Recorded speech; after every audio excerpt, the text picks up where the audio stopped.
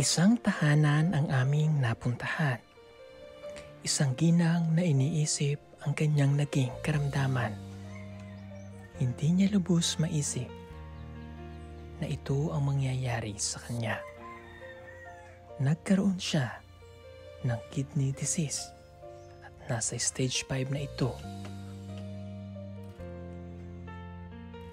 Tinititigan niya ang mga larawan ng kanyang pamilya. Sa kalagayan niya ngayon, pilit niyang tinatanggap ang nangyaring ito sa kanya.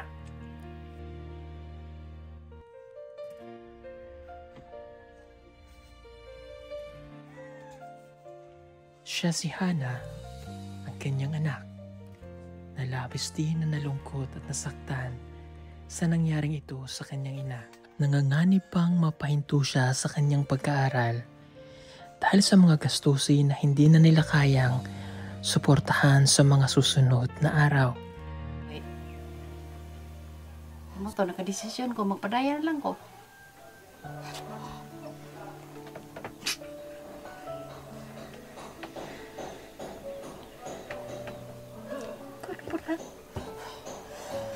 Year naman ko, bahala lang ko kanang kung pilay mong ihatag sa akong allowance, ako nalang mag-keep. Sana ibigay niya yung panalangin ko na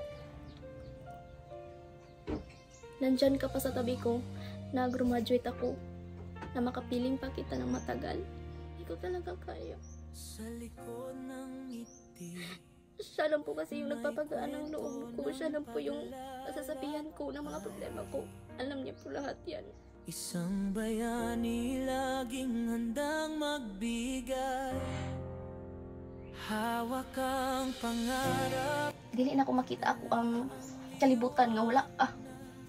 Pugong biyahero sa aking kababayan, ika'y nagakay sa mga kabundukan. Pugong biyahero, ang hero ng masa, ang hero ng masang Pilipino, handang maggala sa kabundukan para ang ating kababayan ay mapuntahan. Ang pugong biyahero, handa na tulungan malayong kababayan na nangangailangan. Hindi namimili kahit pa na sino. Pugong biyahero, hero ng masang Pilipino.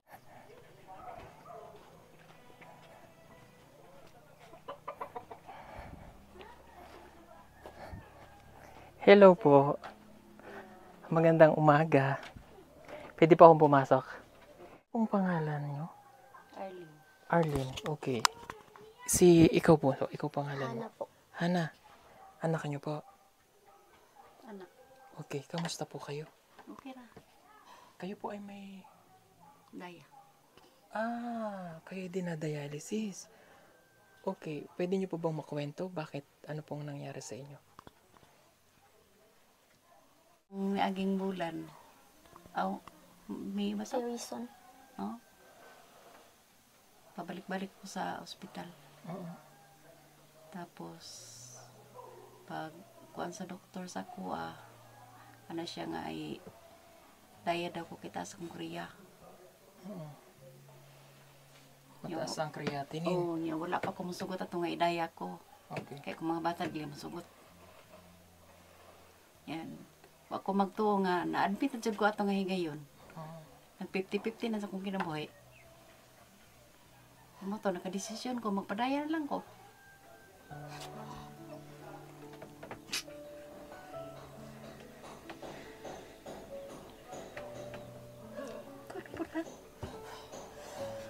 Anong naging sakit ni mama?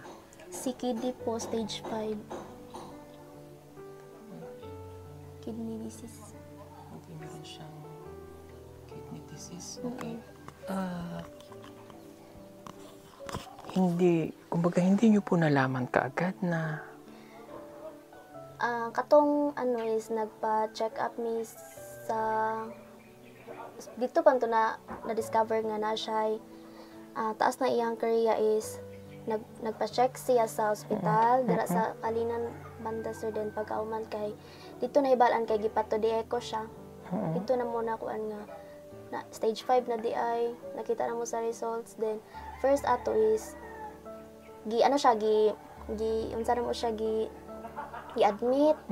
Then pagkahuman kay gipagawas mis balik sa doktor kay ingon man nga kaya pa daw sa gamot 7 days. Kaya gawas mi atong April. Then pagkahuman kay mo to gawas. Tas after pila ka weeks na okay siya. Dito siya nagstay sa kalinan sa iyahang isuon. Then pagkahuman kay mga pila ay months, siguro mga months po, na okay siya. Bumalik yung dating niya, yung katawan. Then after ato is giuli siya diri sa among balay. Das pagkahuman kay pagkatong May start na lala na day kayo. Like kanang critical na nya. Abi na mo og kanang okay kanang kuan lang ba kanang tungod na dayto kay ang iyang kidney naapektuhan na iyang lungs ug heart. Then siya kanang higda lang siya kahilata lang siya. Das kanang pag every time na maglakad mga 3 steps nya hangak na nanglisod na siya og ginawa ba niya moto sige lang siya gigda nya katong May 26 kay 2 PM ato pagka hapon 2 PM na siya niya pagkahuman kay gusto na mo nga naglisod na siya hinga lisod na siya murag complicated na kay siya sir niya pagkahuman kay mo to nga time nga ayaw niyang dalhin namin siya sa ospital sa Malabog kasi gusto niya si Papa yung magdala sa kanya. Tapos that time wala si Papa dito. Then after ato gusto para siya na mamaalam na kanang dili na mo siya dalhon kay gusto niya si Papa jud niya. That time wala si Papa kay nagwork.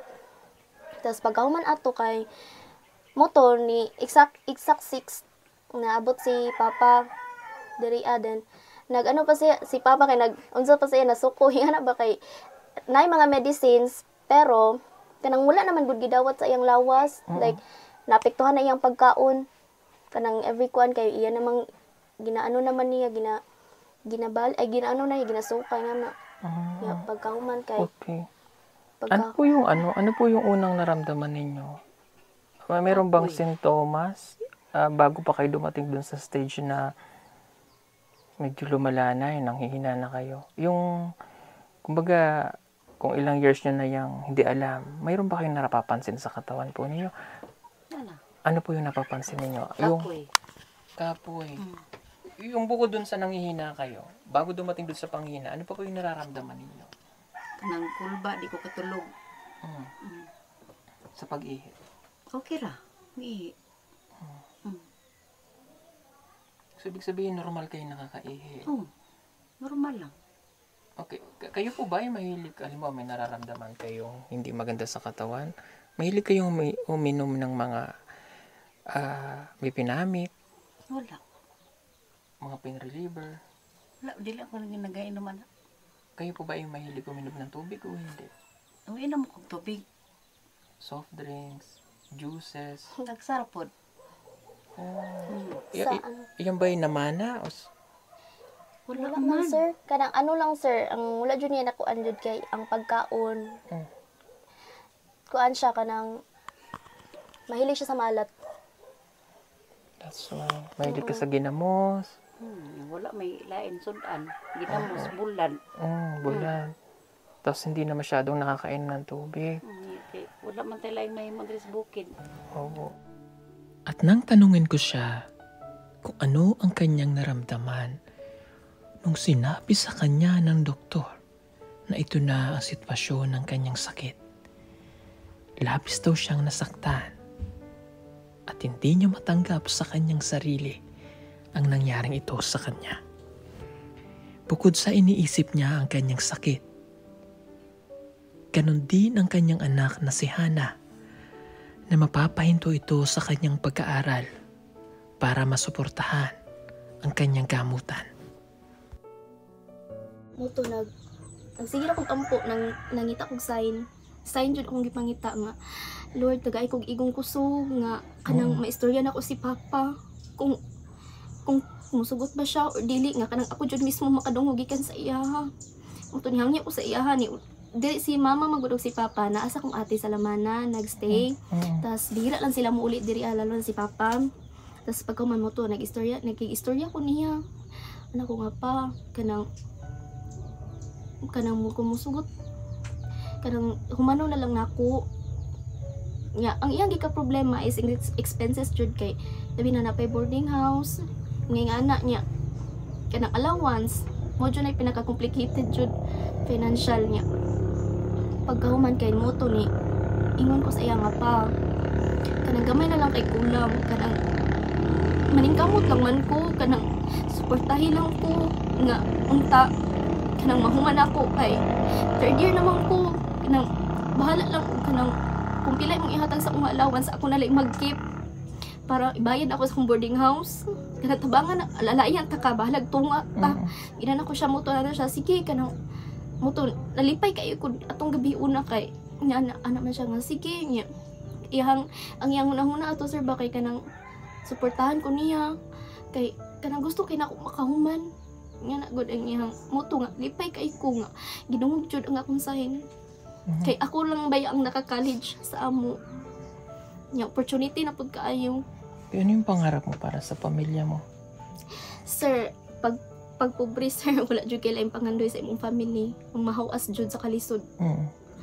Mo jud na sir nga unta ihatag sa kuha nga matabangan ako sila.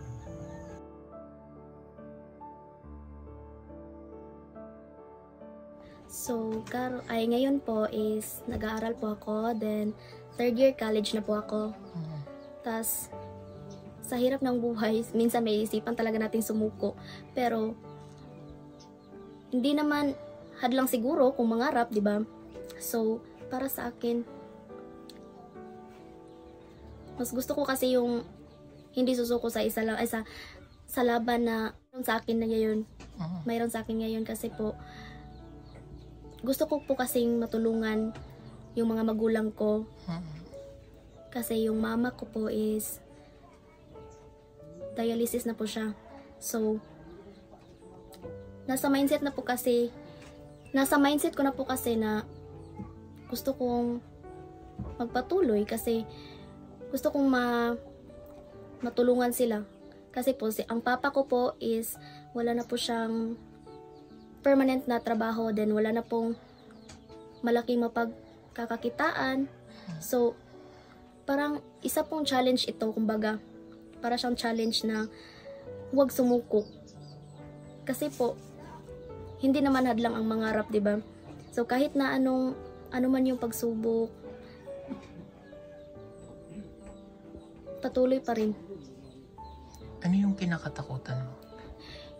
Yung malaking kinatakutan ko po is syempre yung sa mama ko po.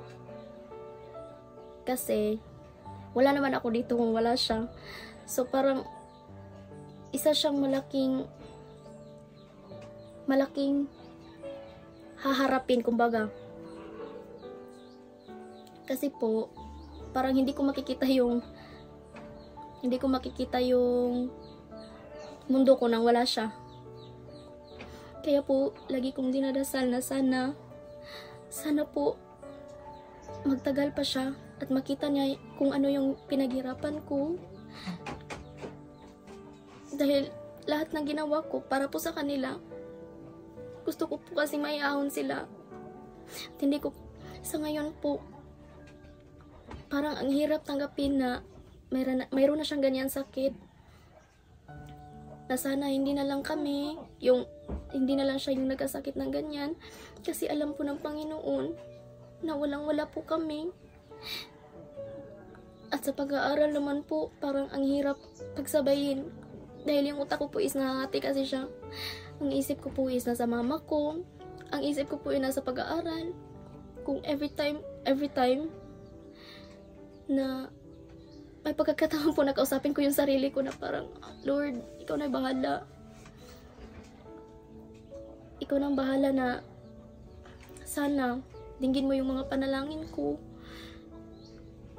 Kasi ikaw lang naman yung makakasagot ng lahat ng to.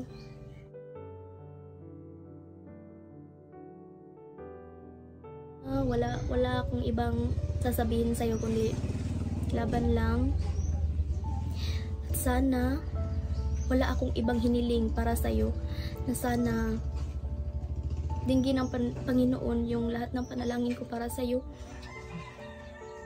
Sana ibigay niya yung panalangin ko na nandyan ka pa sa tabi ko, na graduate ako, na makapiling pa kita ng matagal. Kasi hindi ko talaga kaya. Siya lang po kasi yung nagpapagaan ng loob ko. Siya lang po yung nasasabihan ko ng mga problema ko. Alam niya po lahat yan. Sa kanya lang po ako kumakapit ng lakas.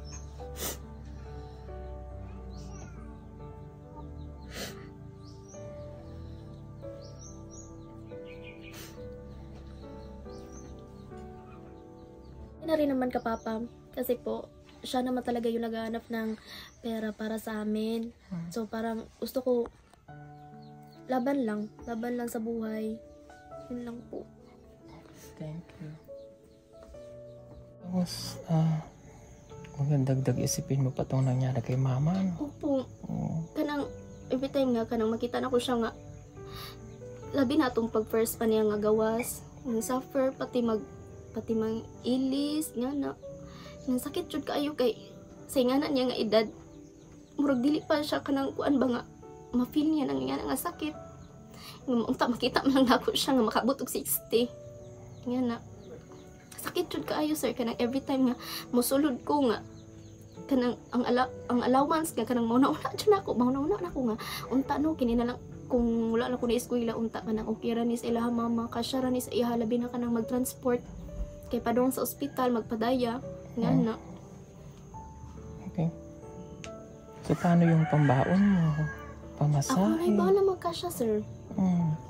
Ano lang man po siya, kanang baktas lang siya, then ang ano lang kanang mga gastunan sa boarding house, kanang mga pagkaon ni anak lang kasyahon lang dyan nimo para lang dyan makasurvive. Okay. O sayang naman kasi third year ka na. Okay. Kung maghinto po siya, sabi niya gamay-gamay na, konting-konti na lang, 1 taon na lang, may 1 taon na lang yung bubunuin mo. Okay. Para makagraduate ka kasi sa kanilang mga kakapatid. Siya lang daw po yung nakapag-college. Diba? Siya lang. So, maningkamot na lang. Ano? So, kamusta naman yung pag-aaral mo? So far po okay lang. Wala man po ibagsak. Okay. So, ngayon na nandito ka na ngayon sa sitwasyon na katulad nitong hinaharap mo. Ano yung mensahe mo kay mama? Makay. Makabalo jud ka sa ospital pa lang, ginaingnan jud ta ka nga kanang wala ka nabot sa ingani nga sitwasyon pag walay plano ang Ginoo sa imo ha. Mura jud ako maingon nga unta mabot ang time nga ihatag na sa tua nga kanang unta dunggon sa Ginoo kong pagampo nga makahuman ko nga unta napakasa kung kuan nga makabalos pa ko sa imo ha kay dili na ko makita ako ang kalibutan nga wala mo lang.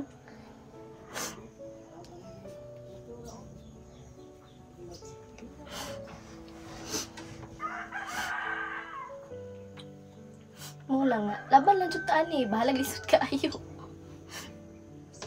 Salamat po ko ngayon unanin mong na kuanahan. So wala pagkakuman. Unanin mong desisyon. Wala magbalugan na saman.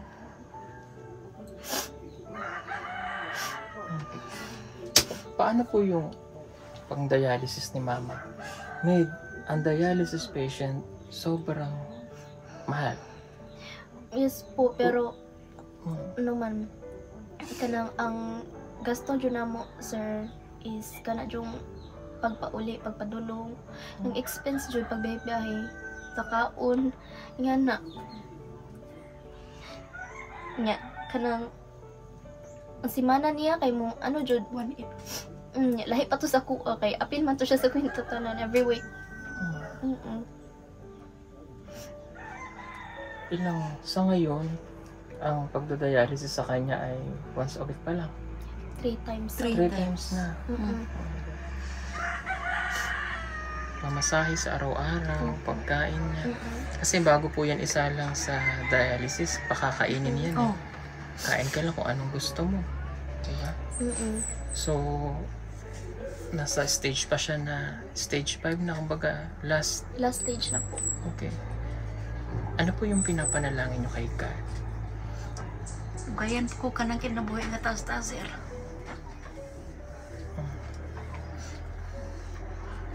Kaya di pa ko kang gusto, George.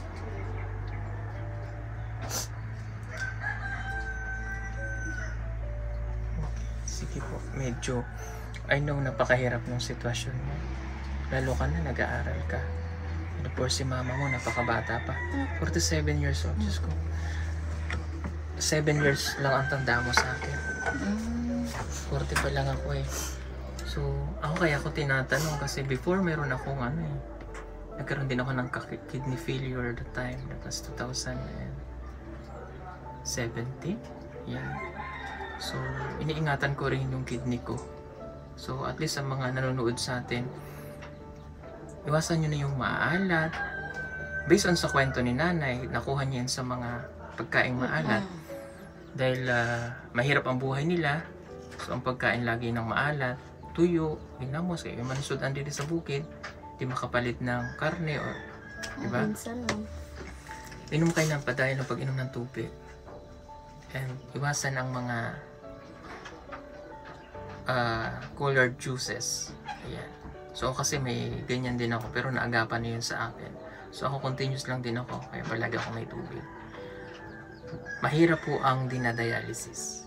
And sa dami, di ba sa dami nyo pong nakasabay sa mga dialysis patient, may mga time na makakwento kayo na yung iba gusto nang sumuko. Oh, naadyo. Di ba? Yung iba laban lang, pinapalakas ang loob ng bawat isa. At mayroon naman yung iba na talagang binigay na yung sarili nila kay God para maging malakas sila. So, sana na malampasan mo ito. Itong challenges na to ba? Challenges ng inyong pamilya. Kasi mas po yan naranasan ko yan ng pamilya namin na magkakaroon ng sakit sa bawat isang pamilya. Mahirap. Lalo kung wala po tayong kagastusin pera. Pagpipray kita na malampasan nyo to and sana gumaling ka. Kasi mahirap po talaga pag dialysis ka na. Marami akong kakilala na ganyan. But laban lang. Laban lang, Nay. No? Hanggang kaya pa. Okay? And huwag po tayo mawawala ng pag-asa. Okay, meron lang po kami ipibigay na konti tulong. Ha?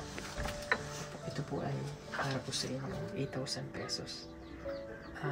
Iniisip ko rin yung pag-aaral mo, kung paano ka, and yung pagdadialysis na nanay ni 3 times a week. Ang pagdadialysis niya. Anong hanap buhay ni tatay? Mula na po ay karon kay na siya dito ay salamat kay ni Sir dako na kay siyang tabang para sa amo kanang ikaw na lagi pa naman. Salamat kayo Sir. Yan si Papa maguna mo kay kanang naradaraan nagtrabaho sa balay ni Sir Paul. Wala siya laing na kay. Sino ang papa mo doon? Ay, Sa may CR, sa kwarto. Okay. kuan man ilang area man gud is gibaligya na. Wala na may laing hanap buhay. Wala na jud. Like ngita na nag-diskarte. Diskarte lang jud. Salamat sa pud kayo kay napud siya na trabaho dara. Kailan ulit ang schedule ng dialysis mo? Monday, Wednesday, Friday. Hirap ka po yun. Yes po. Darating talaga yung time na yun na mapapagod ka. Huwag kang susuko, ha? Ako po lang yun ko. Okay rat mo lawas. Ako naman lang ang doon. Punta. Ikaw na na? Okay naman ako. Kaya naman. Kaya naman ako. Kay katong meron akong wanito, akong nidala akong bata, isa. Ya, ikuday, ako na lang day. Kaya naman ako. Tricycle kayo? Motor. Ay natin. Ya, abot sa kalinan mo na kayan. Duda ko, matina. Dorma po. Alik siya noon. Ilang araw lang ulit, nandun na ulit kayo. Ilang taon sana ay kayanin mo. Okay? Sige po. Kahit lang. Pagpipray po natin sila. Sige po mga kababayan. Marami pong salamat sa inyo. God bless po sa inyong lahat. Bye-bye. Salamat kay sir. Salamat kay sir.